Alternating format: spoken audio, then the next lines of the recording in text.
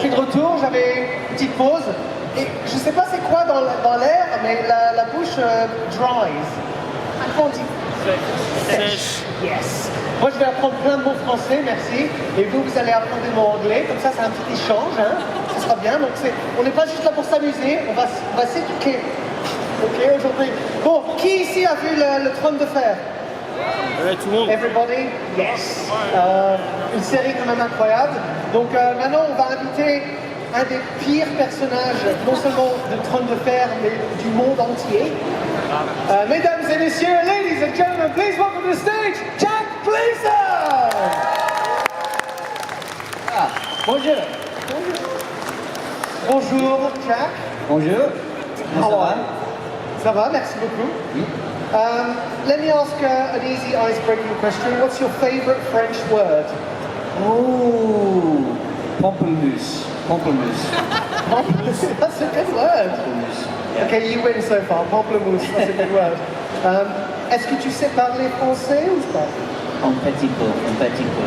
D'accord, donc si je demande des questions, tu peux répondre? Parfait, parfait. Wow, okay. Vas-y. Non. Anglais, s'il vous plaît, mais je suis désolé, je ne peux pas parler beaucoup français. Oh, mais c'est pas mal quand même. Hein? On a tout vu. That's pretty good. Considering you played a king that is such an asshole, it's good that you actually made the effort to learn other people's languages. You played one of the most fascinating characters, not only in the series, but in the world of antagonists. And what was it like to be at the helm of a series such as Game of Thrones with a character that was performatively cruel? I mean, I personally don't have many shows that I watch where I want someone to die. Yes. And your character elicited that out of me, which was so good. Right. So powerful, right? And I would love to know how does that make you feel to be at the helm of that? So, vite fait, le personnage était tellement cruel et ça ne m'arrive pas beaucoup de regarder quelque chose et de vraiment vouloir qu'un personnage meure. Il était vraiment, mais il était horrible le mec. Et donc, comment est-ce que pour lui ça résonne? Ça résonne? Comment est-ce que ça résonne pour lui d'avoir ce personnage, non seulement dans une série tellement populaire, mais pour lui en tant qu'acteur, quoi? I loved it. I love playing bad guys, bad characters. I don't know why really. Maybe it's because they often evoke such a strong reaction in the audience. And as an actor, that's really exciting and gratifying to know that you're connecting with the audience and that they're responding to your part. If you're just the sort of best friend, you know, the audience isn't going to feel adrenaline or feel emotion when you're on screen. But if you're the bad guy, they are going to really hate you, and it's satisfying as an actor to get that reaction. C'est un plaisir en tant que comédien de pouvoir connecter avec le public, et généralement tu fais ça avec des personnages qui ont ce pouvoir, tu vois. Être l'ami du protagoniste, ça va pas faire ça, mais être l'antagoniste, généralement ça peut faire ça. Yes, now antagonists in many series, like you said, can elicit that out of people, but often they fail. Yet you stabbed everyone's heart with, like, you were genuinely performatively cruel, and I wonder, why do you think Joffrey was so, I used the word, performatively cruel. Why do you think he was so cruel? Like, what was he trying to prove and who to? Le personnage était tellement cruel, mais il le montrait en fait. Tu vois, il faisait l'acte de la cruauté. Pourquoi est-ce qu'il faisait ça? À qui il devait prouver ça? Désolé, mon français commence déjà à faire. I think it's a good question, and I think in a certain way, if anybody here was given ultimate power we would probably go crazy too. And I mean, we're all nice people, right? But maybe there's a sort of a violence within everyone. But specifically Joffrey, I think, yeah, perhaps he was trying to act the big tough guy to get the respect of his father, whoever he thinks that is. Yeah, maybe he thinks that he has to prove himself to be king or to be prince. But I think really he was just given too much power, too much freedom at a very young age, and his brain wasn't developed enough. But yeah, maybe we'd all act that way if we were in his position. I don't know. Peut-être qu'on serait tous comme ça si on a été donné tellement de pouvoir en fait. Et avec lui, le personnage de Joffrey, il a été gifté, il a été donné. Merde. On lui a donné trop de pouvoir trop jeune en fait. Et il est devenu un peu fou. Et je crois qu'il voulait prouver ça aux gens, mais il ne savait pas exactement à qui prouver ça, tu vois. Peut-être son père, mais qui est son père, on ne sait pas. Donc voilà. And you study philosophy, yes? Yeah. You study philosophy? Yeah. You study philosophy after the character? It was during, actually. Oh, during? Yeah. Okay, cool. What did you discover in your studies that maybe enhanced your performance? Oh, I've never been asked that question before. J'ai demandé, parce qu'il a étudié la philosophie, en quelque sorte pendant que le personnage grandit dans la série, et je lui ai demandé qu'est-ce qu'il a appris pendant ses études qui a influencé le personnage de Joffrey. I guess, I mean, I didn't study sort of the philosophy of the mind or anything. Maybe there's something about how there are no moral laws, you know. I think people... Define moral laws. Oh gosh, you're bringing me back now. A moral law like right, the right thing to do exists somewhere, and we as human beings have to figure out what that is. But that as almost like the law of gravity exists, there is a moral law that also exists.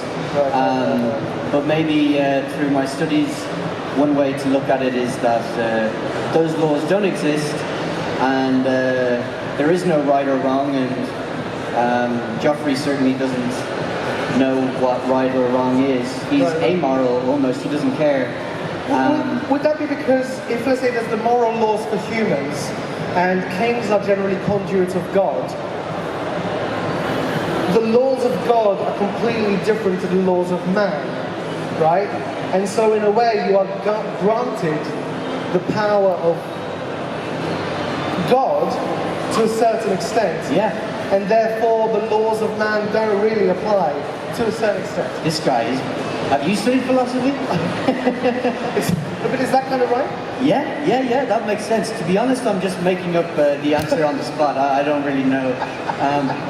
I studied a lot of Wittgenstein and logic and things that are hard to relate to the real world sometimes. So, but yeah, I like your answer. Ok. Désolé, la réponse est un peu plus complexe. Je ne sais pas si j'ai exactement les mots en français, mais les règles pour l'homme est différent que les règles pour Dieu. Et un roi est généralement un conduit, une sorte de réseau, quoi, comme un Wi-Fi. C'est une représentation de Dieu, et donc peut-être que les règles de l'homme ne sont pas don't apply.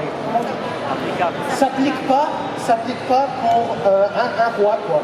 Et donc c'est pour ça que peut-être qu'on a vu une version d'un roi qui a utilisé le pouvoir de Dieu, mais pas le Dieu d'amour, le Dieu de la fear, de l'enfer.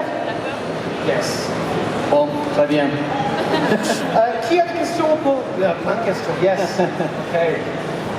Oh, he's got a top. Winter is coming. Il a un pull avec Winter is coming.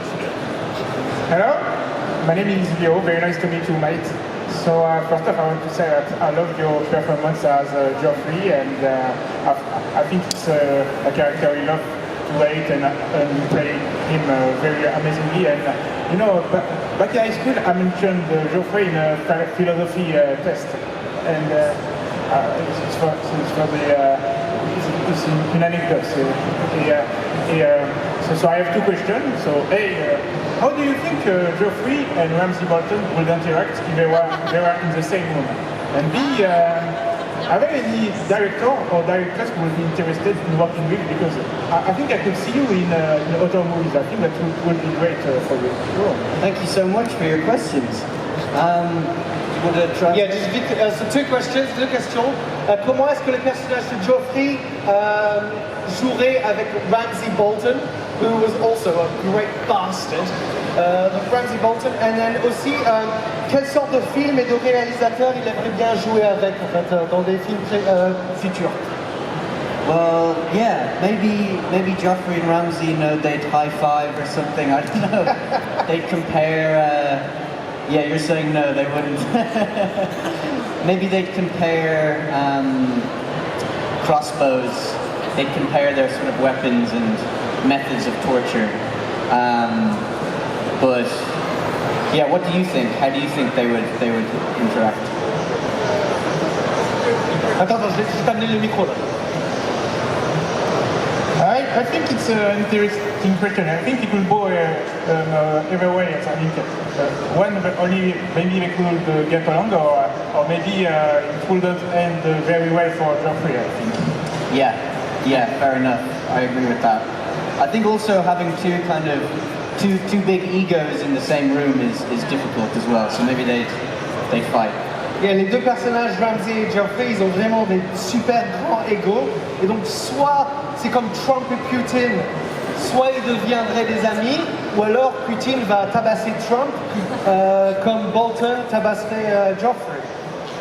I kind of used modern day kings. Yes. And then for your other question, there are so many directors that I'd love to work with. Oh my God, I can't even begin to list all of them. But if you could like snap out of a finger, work with a director, who would it be?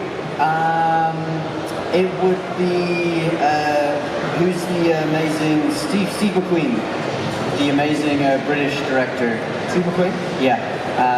But I saw the Cannes Film Festival schedule or whatever was just released, so I'd love to be in a movie that went to the Cannes Film Festival as Okay, well. that's That would be cool. Can you remind me what Steve did? Steve McQueen, he Because I keep thinking of the Great Escape. he did 12 Years a Slave, and he did Hunger and Shame, and recently he made a movie called Blitz with Saoirse Ronan. But yeah, he's a great British filmmaker. Something darker, deeper, as complex, but away from Joffrey. I'll bring Joffrey back, I don't Oh mind. yeah? I mean, you played that guy very well. Il aimerait bien jouer dans un film qui arriverait au Festival de Cannes. Je crois que c'est un rêve pour beaucoup de comédiens. Et un des réalisateurs qui l'a pensé, c'est Steve McQueen, qui a fait 12 Years of Slave. Je ne sais pas comment ça se traduit. 12 Years of Slave. Parce que tu sais, par exemple, les dents de la mer, c'est pas mâchoire, quoi, c'est Jaws en anglais. Donc Steve McQueen, ce serait un des réalisateurs, mais en fait il y en a plein qui aimeraient bien travailler avec. Des autres questions? Yes, monsieur. For you, what is the most cool thing Joffrey ever did? And you can't answer net beheading. And I can't answer what? Net beheading. Okay. La chose préférée que Joffrey a fait dans le monde des Game of Thrones? Well, I don't think anything he did was cool. What was your favourite scene to play? I just loved it all. What was my favourite scene? I mean, in a way, I loved the scene, the Purple Wedding, the final scene. Because the set was amazing and it was just this really long scene. I thought it was really well directed. I don't know if he did anything cool. I guess in that scene he pours the wine over Tyrion's head. So I enjoyed doing that. Yeah, I enjoyed hearing. Is that the scene where you die? Yeah. Donc Spoiler alert. La la dernière scène, en fait, c'est sa préférée parce qu'il y avait vraiment une belle ambiance, c'était bien chorégraphie, une belle chorégraphie. Donc ça, c'était vraiment sympa de jouer à ça.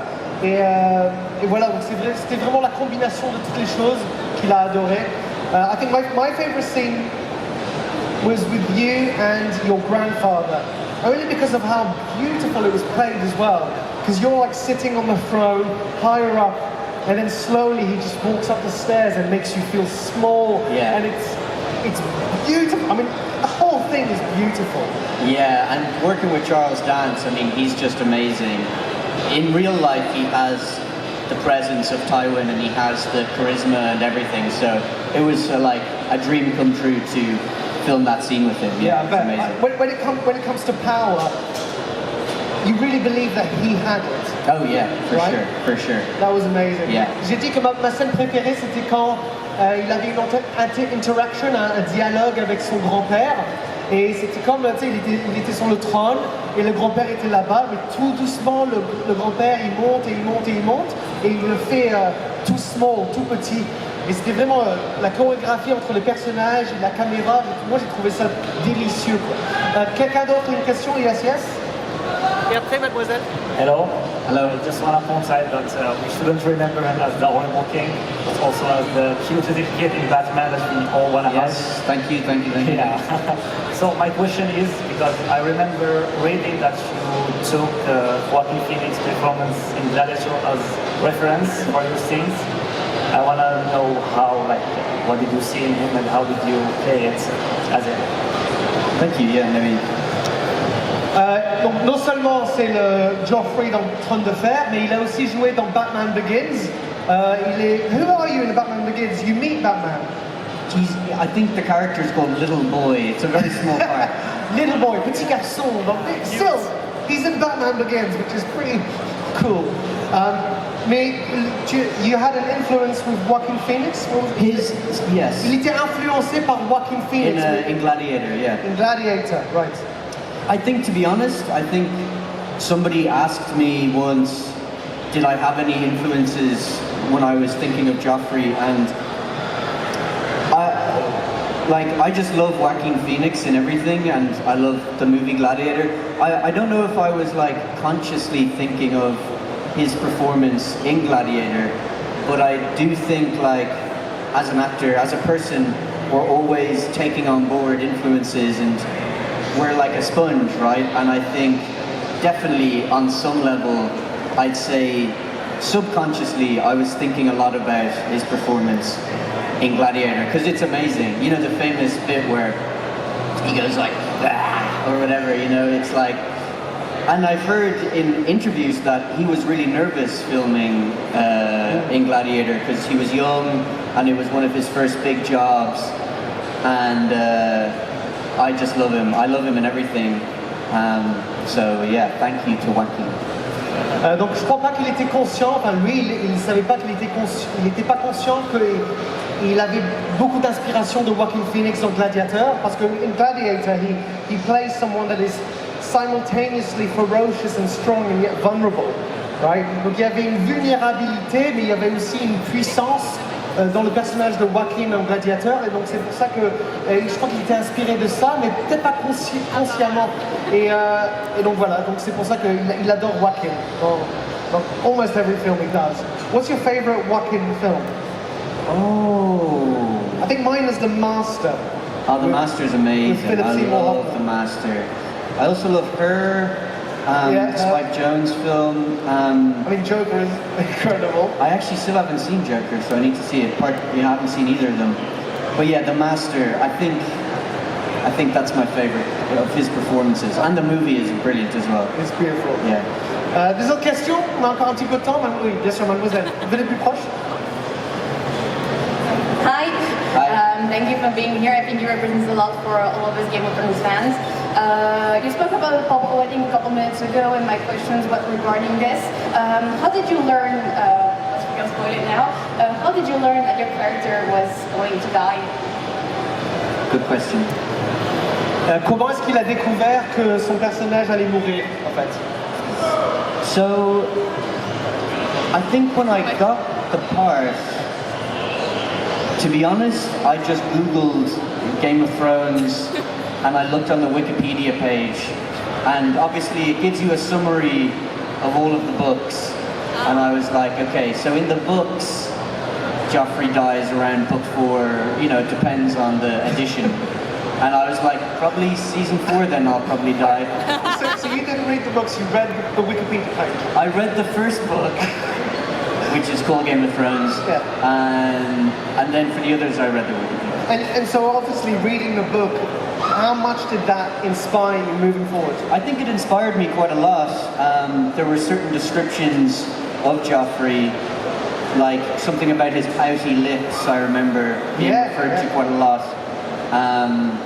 So yeah, I remember reading it and underlining descriptions that George R. R. Martin had written, and I thought, yeah, that it really did help me imagine the character more. And then for the rest of it, just the scripts were my kind of the thing that led me. Donc en fait, il a découvert que son personnage allait mourir parce que c'était sur Wikipédia. Donc voilà, c'est aussi simple que ça. Mais il a lu le premier livre, et le premier livre a vraiment inspiré la façon dont il joue le personnage. Par exemple, la façon dont il avait sa bouche. C'était pocket. Comment on dit pocket en français? Même vous ne savez pas. Yes, ok, that's good. They don't even know the word. Donc voilà, c'était comme ça qu'il a été inspiré, et c'est comme ça qu'il a su qu'il allait mourir. It was Wikipedia, which is such a cool way of finding out. Une autre question, one more question, and then we're going to go. Hi, what do you think about the end of Game of Thrones? Good question. Yes, so without you shitting on Game of Thrones, the last series was very much debated, potentially on how quick it was moving. Donc, il peut pas peut-être dire trop, mais c'est vrai que la dernière série a bougé très vite, et il y a beaucoup de débats en fait, comment ça s'est fini. Donc how do you find it? I have a very easy answer to that, which is that I've actually never even watched Game of Thrones myself, so I think... Wait. See, you haven't even watched Game of Thrones. It's good. I've heard it's good. Yeah, you should. Basically when I was filming it, and then afterwards, I don't like watching myself act, because it's cringy. I mean, I think most people agree when they hear their voice or see themselves, you think, oh, I'm so cringy. So I didn't watch it when I was filming it, and then when I left the show, when the character died,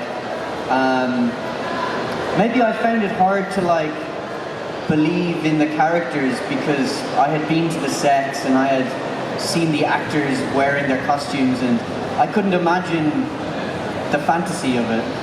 But now, I think enough time has passed that I can watch it and feel like I can enjoy it now. So I am looking forward to watching it. But to answer your question, I don't know. I know people were disappointed in the last season, but there were like, 7 good seasons, so that's enough. It's an interesting way of looking at it. Yeah, so it's...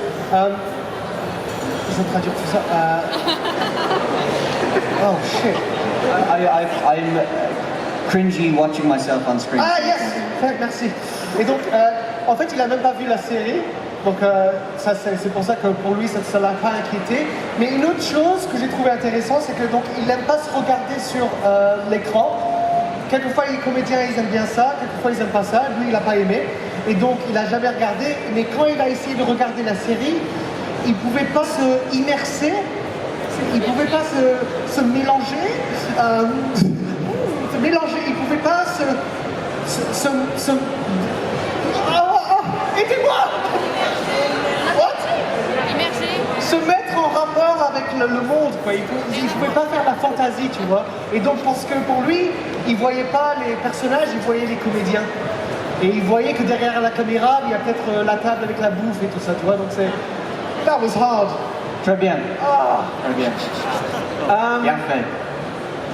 One last thing, what was your favorite thing about the entire experience?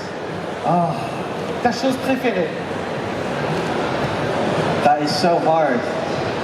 I loved it all. I loved it all. I mean, No, you're not allowed that. I love the costumes. I liked wearing Joffrey's really cool costumes. Yeah. And I liked wearing the crown, and I liked his rings, and I liked sitting on the throne. That's a lot of things. And obviously, entering the costume, did that suddenly give you a shift? Did that allow you to transform? Definitely. And even the costumes, they were so well made that they kind of made me sit up straight. You know, normally I'm like this, but in the costumes, you know, you kind of have to sit like this. And the crown didn't fit me properly, so it would fall off if I moved. So it forced me to kind of sit like that's that. nice. So it helped the character as well. Donc, une des choses qu'il a adoré, c'était les costumes. Et bien sûr, quand il rentre dans le costume, ça l'aide à jouer le personnage. Et une des choses, c'est que le costume était tellement rigide qu'il devait vraiment bien s'asseoir, mais aussi la couronne était un peu trop petit pour sa tête. Et donc, s'il glissait un peu d'un côté ou l'autre, la couronne glissait, donc il devait vraiment être bien tenu. Et so that was one of the amazing experiences. I liked it. The whole thing was amazing. The whole thing. Mesdames et messieurs, vous pouvez voir Jack Gleeson là-bas. Ladies, give it up for Jack Gleeson! Merci. Picture of the crown. Should we do a picture of the crown? Pause, je vais lire mon dictionnaire français et je reviens.